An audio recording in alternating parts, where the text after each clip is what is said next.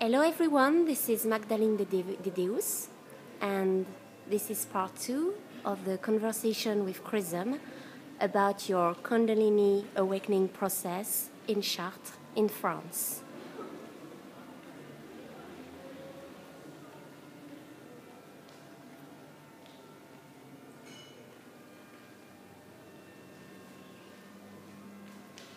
Hello everyone, this is Chrism, and I would like to thank Magdalene de Deus for doing her excellent camera work here. This is part 2 of our conversation about the role of the sacred feminine within your Kundalini awakening process, and I'm going to add in a Western context. The Eastern understandings are fairly clear, Shakti and in the Hindu aspect, it's very clear. And in those cultures, it's very well accepted. Here in the West, however, it's not so well accepted. Here in the West, we have a strong patriarchal influence that still permeates the many Western societies. And in that context, I would like to introduce you and to suggest to you the extreme importance of the sacred feminine role in your Kundalini transformation. And as Magdalene just gave you a view of some of the sacred feminine personages that are represented here in Chartres, I want to really express upon you the importance of the Divine Mother's aspect of your transformation. As I mentioned before, she will come up your left side. Some of your beginning Kundalini phenomena will be as a direct result of the Divine Feminine's actions upon you, typically coming up that left side, and typically exhibiting a color of deep, beautiful red. You may find yourself extremely attracted to hues of a deep, beautiful red.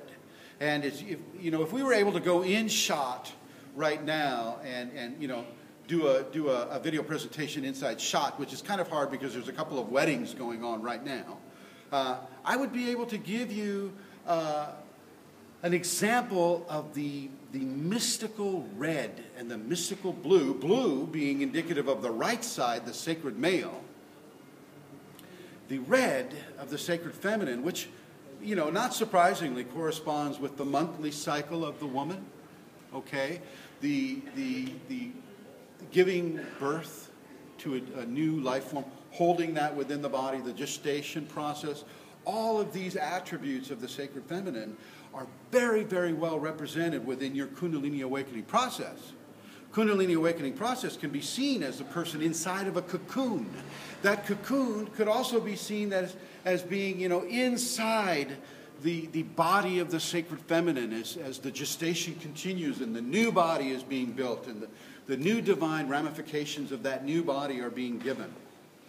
So here in shot, as we see the sacred feminine on par with the sacred male, on par and equal standing with the sacred male. That is hugely important. Now, I'm sure they didn't build it with that in mind. Greatness was given to the Virgin Mary and to many of the feminine characters in the Bible, Ruth and the many feminine characters in the Bible. But within the King James Version, at least, there is not a lot of gender parity that's going on. And this is what I'm suggesting, actually, truthfully, is occurring. There's an amazing level of gender parity within the Kundalini awakening process. 50% of what you are is a woman. 50% of what you are is a man. Sacred woman, sacred man. This is what you are becoming. But the first aspect, the first holding aspect of your developing within a Kundalini context is through the sacred feminine. She comes up, she's the divine mother, she's the divine parent, she's the divine spouse, the divine daughter, the divine friend, and she begins your Kundalini awakening experience. So from Chartres, France, in Western Europe, I'd like to say thank you for listening.